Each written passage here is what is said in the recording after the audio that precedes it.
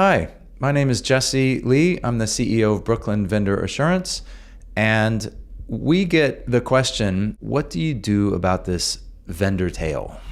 Right? That's those suppliers that collectively we spend a lot of money, individually not so much. We don't consider them strategic. We don't consider them critical. But then again, we are accountable to make sure that they protect our data. We don't want risks really manifesting that we're unaware of and doing nothing to assess, mitigate, manage, right? We've got some obligations which stretch across. We don't want to be unaware of the renewal cadence and who really speaks for and needs this vendor. We want to be aware of the consolidation opportunities that are in there. So we know there's opportunities, and it's in that pesky vendor tail. And why is it pesky? Because we can't get to it. That's why it's pesky. We have vendor management experts, supply chain experts, people on a mission, adding value. And maybe we have a policy that says, unless we spend $100,000 a year, we don't devote resource to them.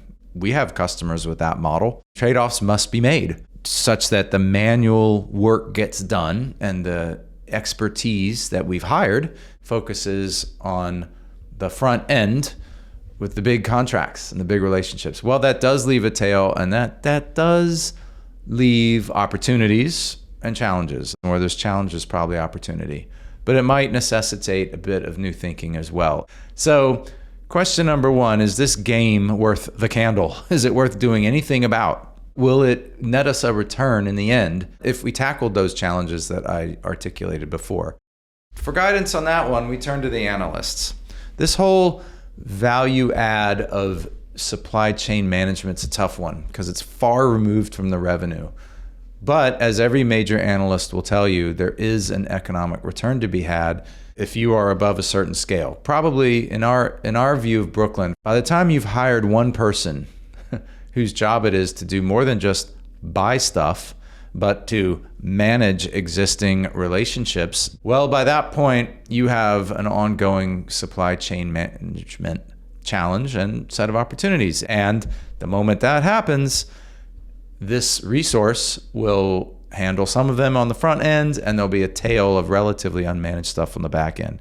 Once you're big enough and have that tail, is it worth doing something about? Well, beyond a certain scale, probably. The analysts will tell you, Boston Consulting Group says, look, if you apply purpose-built digital data services, as they call it, to manage that spend and do something about it rather than never have time to optimize it, you could cut your annual expenditure, that's annual OpEx across supply chain, by a healthy 10%.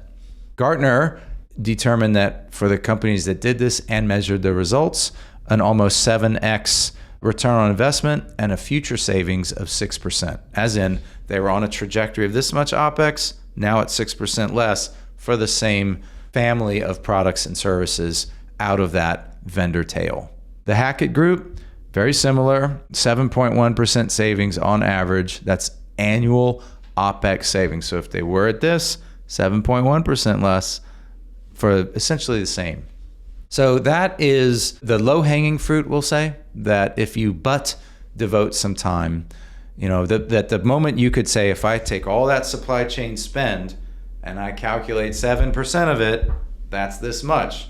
Now, how much does it cost to hire a resource or devote 50% of a resource's time? However you look at it, you'll make a decision that says, well, once it's that much cheaper to put someone on the case doing a bunch of manual inspection and research and work, if the trend is my friend, could bring some savings home. And that is the way of thinking about it in our experience. Even that much assessment often doesn't happen, right? When does it happen, right? It's the same people who would do that already are busy, already are overworked, and it's always easy to justify continuing to do that this week because I got big problems with my biggest suppliers.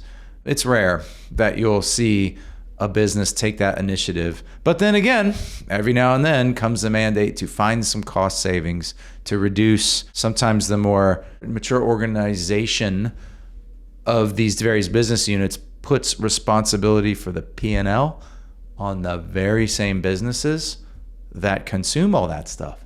So now they might have a motivation to chase the most savings they can get or to be lean in their consumption because they own a P&L that includes that vendor tail spend. But now, again, I'll tell you, for us being in this game for some years, even that kind of organizational P&L responsibility is rare. So what are we going to do about that? If this is the trend and most businesses are not aligning themselves or even making the business case yet to determine whether to do something, but we know the opportunities there, what can we do about that without too much change? Well, we think that there is a way, and some recent cutting edge technology combined with a slight shift in resourcing and the deployment of resources can bring about those wins, right? Can bring about a more optimized, cost optimized, service optimized vendor tail pretty quickly.